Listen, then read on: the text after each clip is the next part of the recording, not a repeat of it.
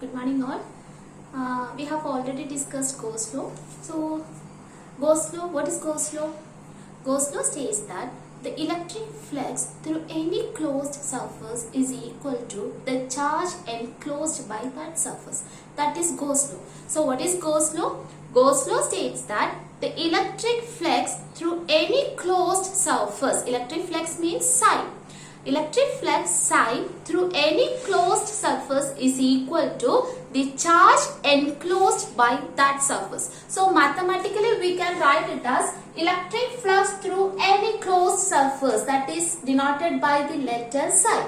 Psi is equal to the charge enclosed by that surface, that is Q enclosed. So this is Gauss law. So what Gauss law says? Gauss law says that the electric flux through any closed surface is equal to the charge enclosed by that surface. So mathematically we can say psi is equal to Q enclosed, right? So psi, that is electric flux. So psi is equal to, we know that psi is equal to closed surface integral d dot ds, where d is called electric flux density. D is called electric flux density. So we know that psi is electric flux. Psi is equal to total net outward flux. We can say that psi is net outward flux. Okay. Psi is equal to closed surface integral d dot ds. So psi is equal to Q enclosed and psi is equal to closed surface integral d dot ds, where d is called electric flux density. Okay. So charge enclosed Q can be written as charge enclosed Q enclosed can be written as volume integral rho v dv. So this is equation number 1, equation number 2, and this is equation number 3. So for any closed surface, the charge enclosed can be written as volume integral rho v dv.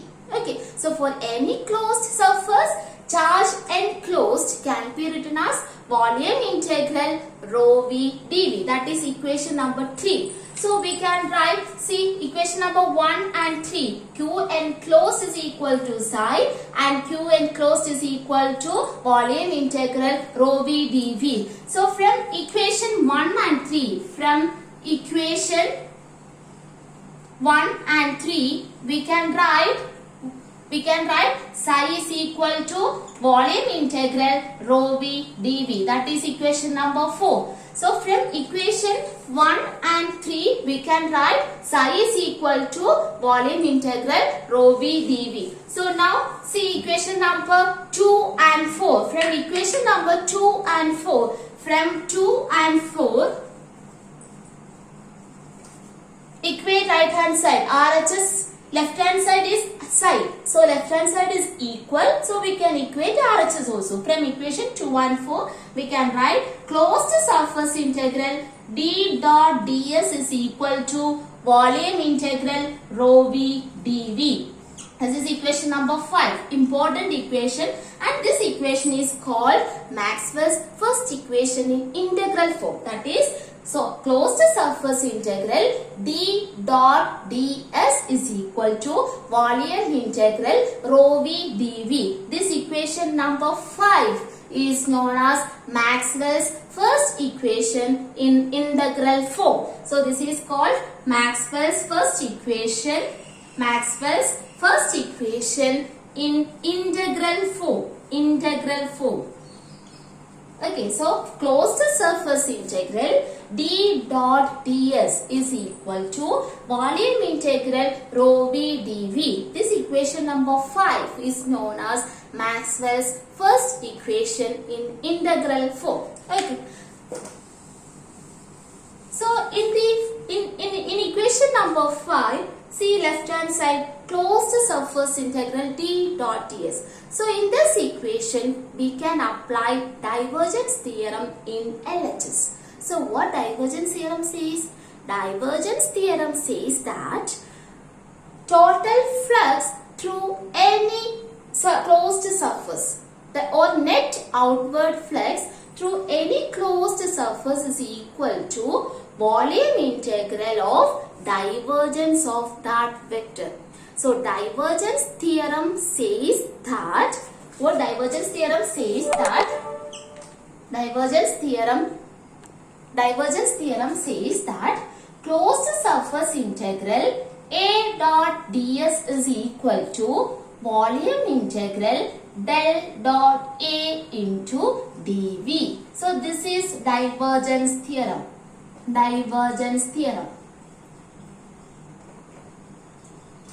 So what divergence theorem states that the net outward flux of vector A through any closed surface is equal to volume integral of divergence of that vector. That is divergence theorem. So we can apply divergence theorem on the left hand side of this equation number 5. So apply divergence theorem in equation number 5. Apply divergence theorem to the left hand side of equation number 5. So this equation number 5 becomes volume integral del dot d into dv is equal to volume integral rho v dv.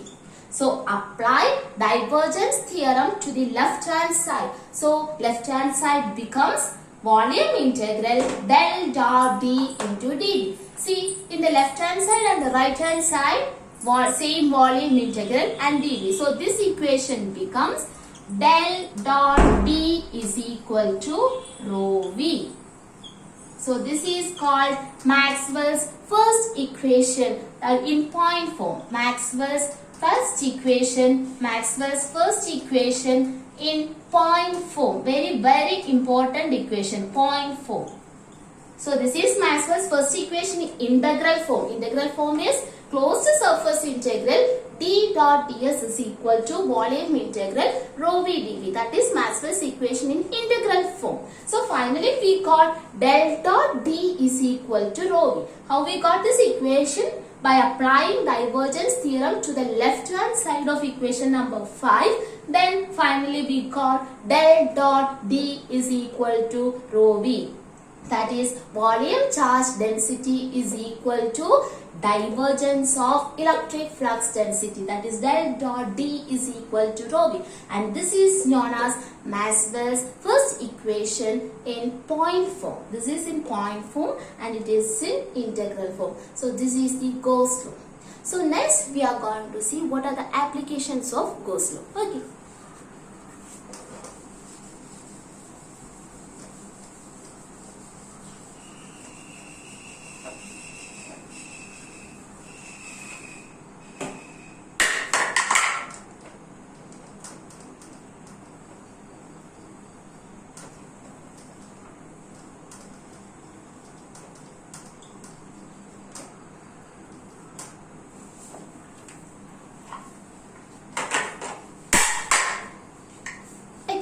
So next is applications of Gauss law, and Gauss law, where we can apply Gauss law.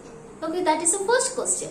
So we can apply Gauss law where the charge distribution, uniform charge distribution or symmetric charge distribution exists. So in that situation we can apply Gauss law. So check whether the charge distribution is symmetric, then we can apply Gauss law.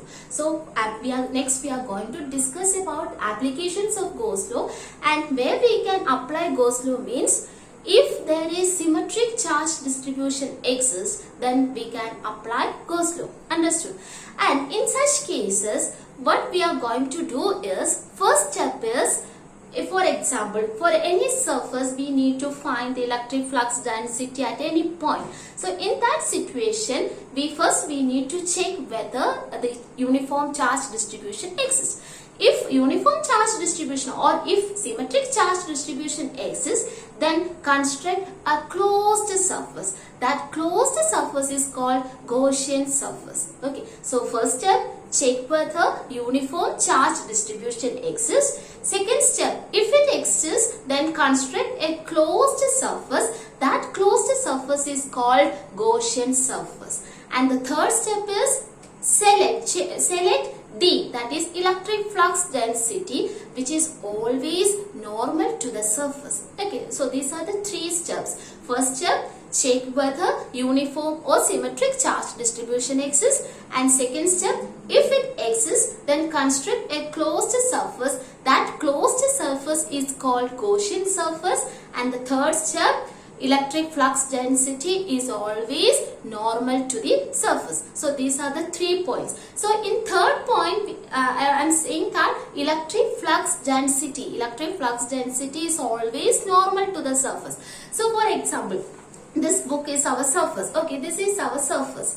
So in that case, if you are selecting a surface area or ds, a small differential surface area, for example, I am selecting a small differential surface area here. So in that case, always the surface area that will be always normal to the surface. Understood? If surface area, if I am choosing a surface area like this, so in that case, surface area vector which is always normal to that surface. Understood? So in that case, electric flux density, choose electric flux density which is normal to that surface. Okay, that means D, capital D. Electric flux density means capital D. So the electric flux density and surface area here we denote it as ds. So D and ds are in same direction. So always select area in such a way that D is electric flux density and ds is the area which are in same direction. So angle between D and ds is always equal to 0 degree. Okay. D and ds, always theta is equal to 0 degree. So these are the 3 steps. So first step, check whether symmetric charge distribution exists. Second step, if symmetric charge distribution exists, then construct a closed surface. That closed surface is called Gaussian surface. And the third step is the surface is chosen such that D is always normal to the surface. That is capital D and ds. ds is the surface area that are in same direction. So theta will be equal to 0 degree. Okay, so these are the 3 steps to be noted. And first application, point charge. Case 1. Case 1 is point charge. Point charge. So first application, point charge. So for that,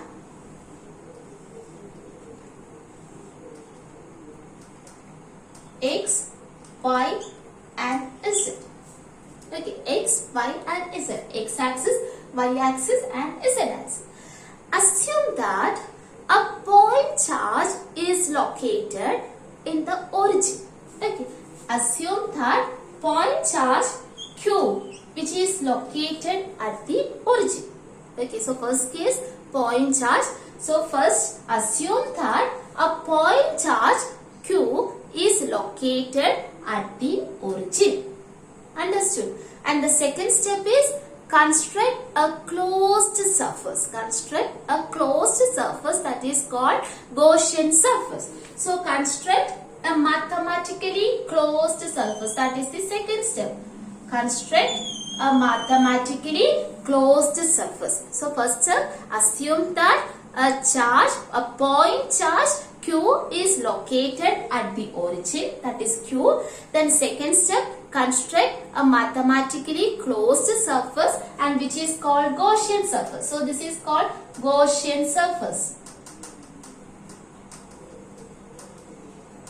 So in the case of point charge which is located at the origin, the Gaussian surface, the shape of the Gaussian surface is spherical in shape. Okay, the shape of the Gaussian surface is sphere, that is spherical in shape. Okay, now choose a point P. Choose a point P on the surface of the sphere and I need to calculate electric flux density or electric field density. I need to calculate electric flux density or electric field intensity at this point. Okay, so select a surface area, that is ds. This is my surface area, ds. Select a surface area. How we choose its surface area? Surface area is always chosen such that D, capital D, is normal to the surface. Capital D is electric flux density. This is electric flux density.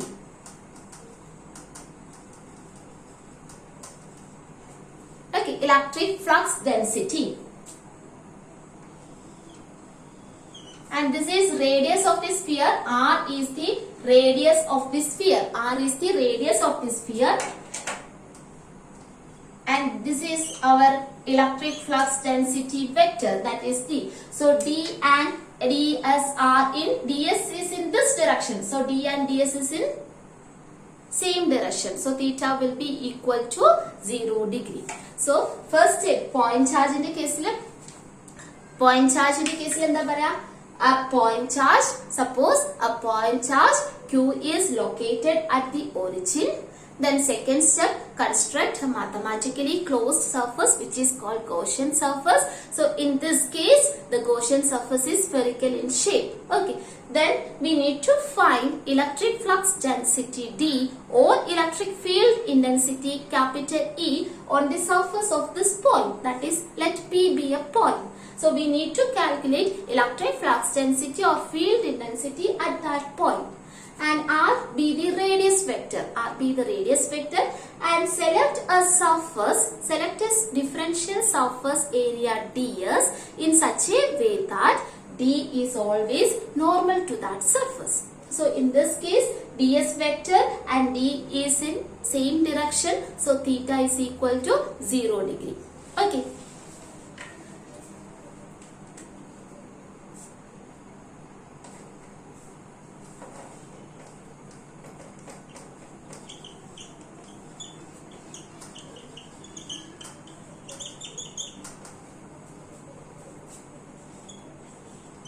So apply Gauss law. So we need to calculate electric flux density or field intensity at this point. So what is the step? What is the next step? Next step is apply Gauss law. Apply Gauss law. So Gauss law says that total electric flux is equal to charge enclosed by that surface. So Q is equal to closed surface integral D dot ds. Right? So apply Gauss law. What Gauss law says? Gauss law says that the total electric flux through any closed surface is equal to the charge enclosed by that surface. So we can write Q is equal to closed surface integral D dot ds. In this case, D is always normal to the surface. So D is constant everywhere. So we can take it outside. D into closed surface integral ds. Closed surface integral ds means, so what this represents? Closed surface integral ds means area of the sphere. Okay, so what this term represents? Closed surface integral ds means area of the sphere. What is area of the sphere? It is equal to 4 pi r square. So it can be written as D into 4 pi r square. D into 4 pi r square. That is Q is equal to D into 4 pi r square. Understood? So apply Gauss law. What Gauss law says? Total charge Q is equal to closed surface integral D dot ds. And D is constant everywhere and D is always normal to the surface. So we can take it outside and D into integral ds. Closed surface integral ds. And what this term? This term represents area of the sphere. Area of the surface. So here our surface is a sphere. So closed surface integral ds means area of the surface. Here the surface is a sphere. So the area is equal to 4 pi r square. So we can write Q is equal to capital D. Q is charge enclosed. Q is equal to D. D is electric flux density. D into 4 pi r square, where 4 pi r square represents area of the sphere. Okay. And so we got Q is equal to D into 4 pi r square. So we need to calculate electric flux density at point P. So from this equation we can write D is equal to Q by 4 pi r square. And in vector form it can be written as vector D is equal to Q by 4 pi r square into AR, where AR is the unit vector. So in vector form, D is equal to Q by 4 pi r square into AR, where AR is the unit vector because it is along the radius vector. Always D and DS will be along the radius vector. So in vector form, we can write D is equal to Q by 4 pi r square into AR. That is electric flux density. So from this equation, we can write electric field intensity also. How to find electric field intensity? Electric field intensity E is equal to, how to find electric field intensity? We already studied electric flux density D is equal to epsilon 0 into E. Remember this equation? Electric flux density D is equal to epsilon 0 into E. So from this equation E can be written as capital D by epsilon 0. Okay, so what is capital D? Q by 4 pi r square. So Q by 4 pi epsilon 0 r square. This is electric field intensity. And electric field intensity in vector form, it is written as vector E is equal to Q divided by 4 pi epsilon 0 r square into AR. This is in vector form. Very important equation. So when a point charge is located at the origin, electric flux density on the surface of the sphere can be written as D is equal to electric flux density. D is equal to Q by 4 pi r square into AR, where AR is the unit vector along the radius, because D is always normal to the surface. That is, it is along the radius vector. Okay. So D is equal to Q by 4 pi r square into AR, and E is equal to Q by 4 pi epsilon 0 r square into AR. How we got this equation? Because D is equal to epsilon 0 into E. So this is the equation for electric flux density and electric field intensity due to a point charge. Understood? Electric flux density and electric field intensity due to a point charge. That is the first application of Gauss law. Understood? And the second one is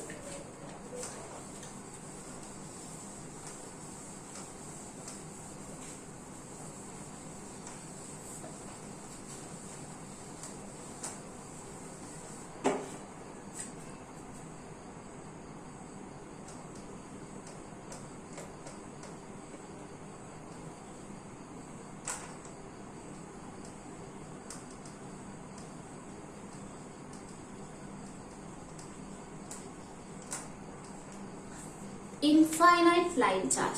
Electric field intensity due to infinite line charge. That is the second application. So for that,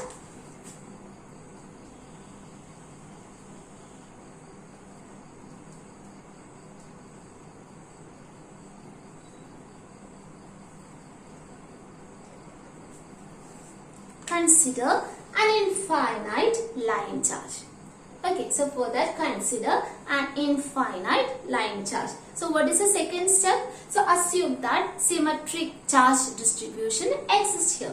Okay, so that's the first step. And second step, if symmetric charge distribution exists, then second step is to construct a closed surface. So construct a closed surface. So here the closed surface is in cylindrical shape. For a line charge, the closed surface is in cylindrical shape.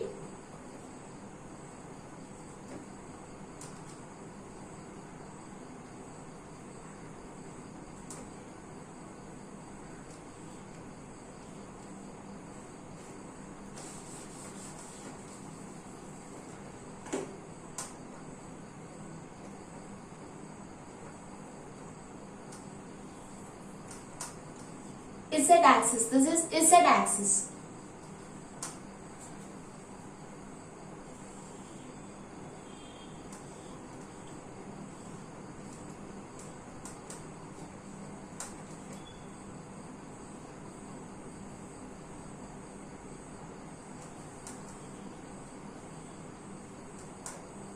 That is E. E is radially outwards. E is radial direction. E is in radial direction. That radial means perpendicular to the surface. Okay, E is radially outwards. That is radial means it is perpendicular to the surface. Okay, so here also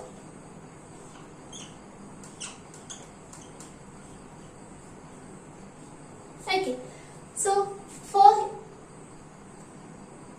that, consider a differential area. Consider a differential area, that is ds. So this is our differential area ds. So the ds vector, area vector, which is always perpendicular to the surface. So assume that this is an infinite line charge. Assume that this is an infinite line charge. Okay. So second step is construct a mathematically closed surface. So how to construct a mathematically closed surface? So this is an infinite line charge. Then assume a closed surface. Construct a closed surface for this line charge. So it will be in a cylindrical shape. So for a line charge, the closed surface will be in a cylindrical shape. So this is a line charge. Assume that this is a line charge. Then construct a closed surface around this line charge. So it will be in a cylindrical shape. So in such cases, positive charges are located on this side. So electric field is always from positive to negative. That means the electric field is always propagating outwards, that is radially outwards. That means it is always perpendicular to the surface. Okay, it is always perpendicular to the surface. So in such cases, or that means for a line charge, we have constructed a mathematically closed surface. That closed surface is called Gaussian surface. Here it is cylindrical in shape. So we have a cylinder. Okay, cylinder means we have three surfaces: top surface, bottom surface, and a curved surface. Okay, so for a cylinder we have three surfaces: top surface, bottom surface, and a curved surface. Understood? So for a line charge, Gaussian surface is in cylindrical shape. Always remember this point. For a line charge, closed surface is in, or Gaussian surface is in cylindrical shape. For a cylinder, we have three surfaces: top, bottom, and a curved surface. Okay. So in the top surface, assume in the case of top surface, this is our differential area ds. Okay. So ds means it is in this direction. That is along z axis. ds is along z axis. And this is our E, electric field E. E is in this direction, ds is in this direction. That is E and ds are perpendicular to each other. So the angle between E and ds is equal to 90 degree. Understood? So by Gauss law, closed surface integral E dot ds is equal to, or by Gauss law, D dot ds is equal to q enclosed. This is Gauss law. By Gauss law, closed surface integral D dot ds is equal to q enclosed. So we can substitute D is equal to epsilon 0 into E, or we can write the D is equal to epsilon 0 E. So closed surface integral E dot ds, equation number 1 becomes E dot ds is equal to q enclosed by epsilon 0. This is equation number 2. So by Gauss law, we can say that closed surface integral E dot ds is equal to q enclosed by epsilon 0. And here we have three surfaces: top, bottom and curved surfaces. Okay, so this can be written as top surface plus bottom surface plus curved surface. So this surface integral we can split into three, because for cylinder we have three surfaces: top, bottom and curved surface. Top, bottom, curved surface into E dot ds is equal to q enclosed by epsilon 0. That is equation number 3. Understood? So this equation can be written as top surface, integral top surface plus integral bottom surface plus integral curved surface into E dot ds is equal to q enclosed by epsilon 0. So as for consider top surface. Consider top surface. So top surface, E and ds are perpendicular to each other, right? For top surface, E and ds are perpendicular to each other. So theta will be equal to 90 degree. So theta will be equal to 90 degree. So we can write for top surface, integral top surface E dot ds is equal to integral E dot ds is equal to top surface E ds cos theta. What is theta here? 90 degrees. So cos 90. What is cos 90? It is equal to 0. That means electric flux due to top surface is equal to 0. That means top surface does not contribute any electric flux density. So it is equal to 0. And similarly for bottom surface,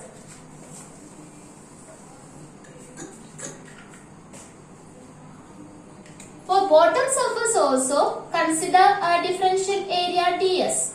So in this case, differential area or different area vector will be in downward direction ds, and E will be perpendicular to the surface. So here also the angle between E and ds is equal to 90 degree. So for bottom surface E dot ds is equal to surface integral E ds cos 90. It is equal to 0. Okay, that means top and bottom surface do not contribute any electric flux density in the case of infinite line charge. And next we have to consider the curved surface. So for curved surface, consider a differential area here.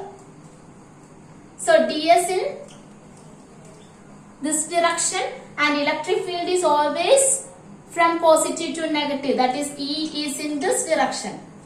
So E and ds are in the same direction. So the angle between E and ds is equal to 0 degree. So we can write for curved surface E dot ds is equal to surface integral E ds cos 0. What is cos 0? Cos 0 is 1. So that is closed surface integral E dot ds. Okay. Or you can write E is constant. So we can take it outside, and surface integral ds. So what is this term? What this term indicates? This term indicates the area of the curved surface. That is integral as ds indicates area of the curved surface. So area is equal to curved surface, area is equal to 2 pi r into length. Okay, so that is equal to E into 2 pi r, where r is the radius of the cylinder, 2 pi r, capital R, where r is the radius of the cylinder, into L, where L is the length of the cylinder.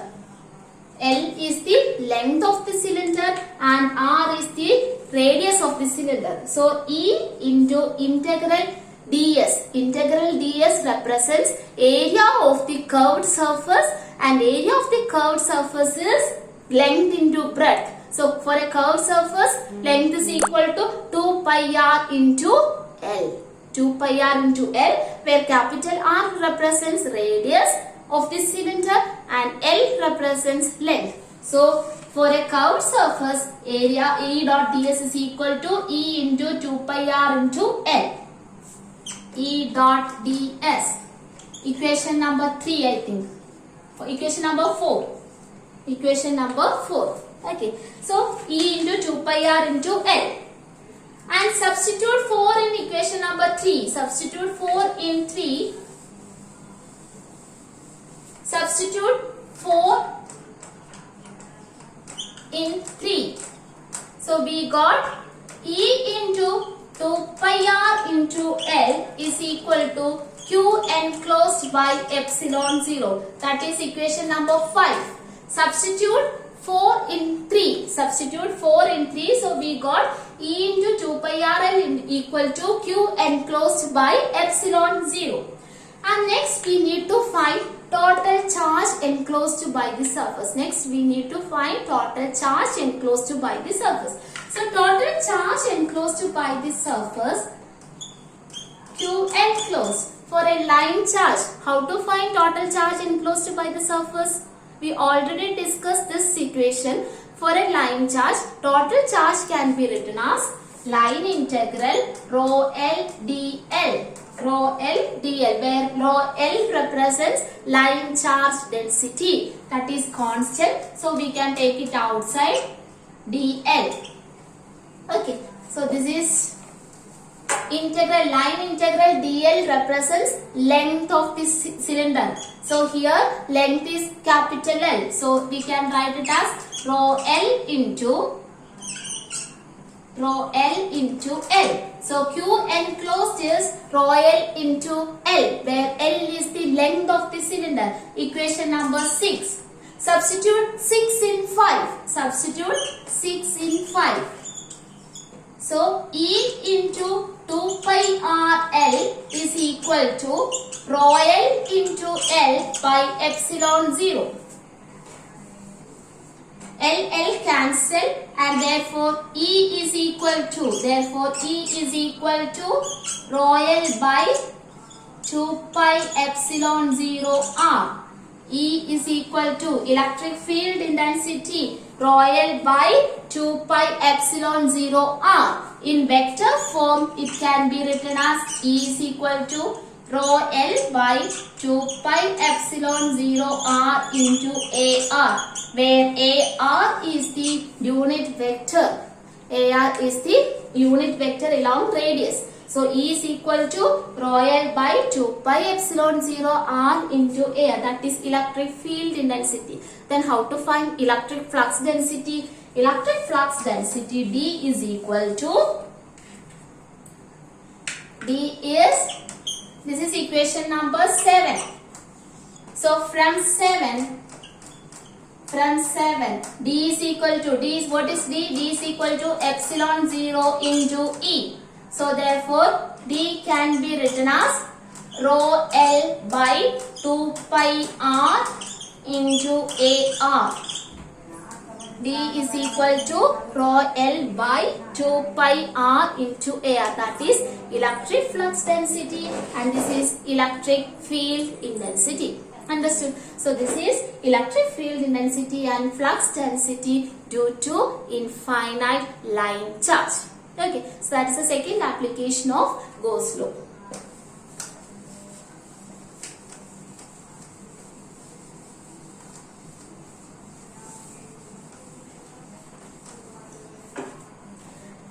one more is there, infinite sheet of charge. Infinite sheet of charge.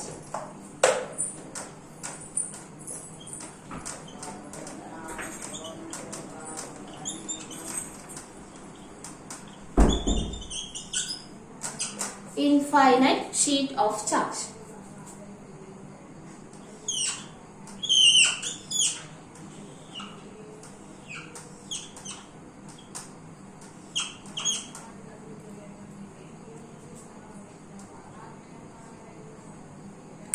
Okay, that we will discuss later. Okay, thank you.